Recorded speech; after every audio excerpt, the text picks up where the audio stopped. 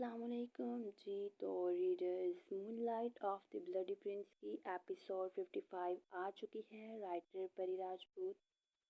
جی تو جناب آج ایپیسوڈ لانگ بھی ہے اور دھماکے دار بھی۔ اگر پھر سے ایسی ایپیسوڈ چاہتے ہیں تو لائک ضرور کیجیے گا، اپنا فیوریٹ سین کمنٹ سیکشن میں شیئر کرنا مت بھولیے گا، سبسکرائب۔ صبح کے 9 بج رہے تھے جب ایس کی آنکھ کھلی۔ اٹھ کے بیٹھتے ہی پہلا خیال پری کا آیا۔ ابھی تک بیک گراؤنڈ سے ٹیک لگائے ہوئے تھی۔ اوئے اگر تم جاگ رہی تھی تو مجھے اٹھایا کیوں نہیں؟ وہ جلدی سے سیدھا ہوتا اس کی طرف رخ موڑتے بولا تو پری ہنس پڑی۔ فکر مت کرے، میں ٹھیک ہوں اور آپ اتنے سکون سے سو رہے تھے، میرا دل ہی نہیں مانا کہ آپ کو اٹھاؤں۔ ایس ہلکی سی گھوری سی سے نوازا جلدی سے کھڑا ہوا۔ You crazy girl, what am I suppose to do with you? وہ بے بسی سے بولا تو پری نے مصنوعی گھوری سے دی جواباً ایس نے ڈرنے کی ایکٹنگ کی تو وہ ہنس دی۔ بس یہی مسئلہ ہے، تمہیں اپنی فکر کم اور دوسروں کی زیادہ رہتی ہے۔ اسے ڈانٹتے ساتھ ساتھ وہ واش روم سے تولیہ اور نیم گرم پانی لے آیا۔ بڑی احتیاط سے اس کا چہرہ صاف کروایا، پھر اطمینان سے اسے دیکھ کر خود بھی فریش ہونے چلا گیا۔ وہ فریش ہو کے آیا تو پری اب تک ویسے ہی بیٹھی تھی۔ دھیرے سے اس کا ہاتھ پکڑ کے اسے اٹھایا۔ ابھی وہ جھک کے اسے باہوں میں بھرتا جب پری نے اسے روک دیا۔ میں چل سکتی ہوں؟ ایز نے آئی برو جھکاتے ایک نظر سر تا پیر اس کی حالت دیکھی اور پھر ہاتھ باندھتے سائڈ پہ کھڑا ہو گیا۔ ضرور۔ پری نے فتح مندانہ انداز میں سر ہلایا اور ایک قدم آگے بڑھایا۔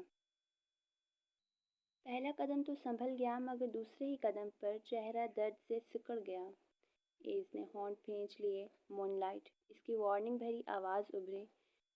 میں چل سکتی ہوں، پری نے ضدی لہجے میں دوبارہ کہا۔ اس بار ایز نے کوئی بحث نہیں کی، بس 2 قدم آگے بڑھا، اسے کمر سے سہارا دیا اور اپنے قریب کر لیا۔ اور میں دیکھ سکتا ہوں کہ تم کتنے اچھے سے چل سکتی ہو۔ پری نے ہفکی سے اسے دیکھا مگر اس کی ہفکی بلا کہاں کام آنے والی تھی۔ وہ اسی لیے نیچے آیا تو فینکس اور فینٹن لاؤنج میں بیٹھے ہمیشہ کی طرح ایک دوسرے کی ٹانگ کھینچ رہے تھے۔ ریونا رات کو کافی لیٹ آئی تھی تو شاید وہ اب تک سو رہی تھی۔ ہے گڑیا کیسی ہو اب؟ فینٹن کی نظر پڑی تو وہ فوراً اٹھ کے اس تک آیا۔ پری ہلکا سا مسکراتی ایز کا ہاتھ چھوڑ کر فینٹن کے ساتھ کاؤچ تک آئی۔ وہ جانتی تھی اس حرکت پہ ایز کو غصہ ضرور آیا ہوگا مگر نہ جانے کیوں آج اسے تنگ کرنے کا بہت دل چاہ رہا تھا۔ فینکس بھی اس سے حال چال پوچھ رہا تھا۔ تھوڑی دیر بعد ہی ایز ہلکا پھلکا سا بریک فاسٹ لے آیا، ساتھ میں چاکلیٹ کیک دیکھ کر تو اس کے منہ میں پانی آ گیا تھا۔ وہ پری کو بریک فاسٹ کروا رہا تھا جب سائم بھی آ گیا۔ کہاں اس کے آس پاس کوئی زیرک نہیں بھٹکتا تھا اور کہاں پری کے آنے کے بعد سے وہ لوگوں کو جھیلنے لگا تھا۔ کیسے ہو؟ اس کی مدھم سی آواز پہ ایز کے علاوہ باقی سب شاک رہ گئے تھے۔ پری ان کے شاک چہرے دیکھتی ہلکا سا مسکرائی۔ پری تم بول سکتی ہو؟ سب سے پہلے سائم کو ہی ہوش آیا تھا۔ پری نے ہلکا سا سر ہلایا۔ سائم نے چند لمحے اسے دیکھتا رہا پھر بے اختیار مسکرا دیا۔ الحمدللہ۔ صرف ایک لفظ تھا مگر اس ایک لفظ میں کتنی راحت تھی یہ سب محسوس کر سکتے تھے۔ اب تو ہماری گڑیا پھر سے سب پر حکم چلائے گی۔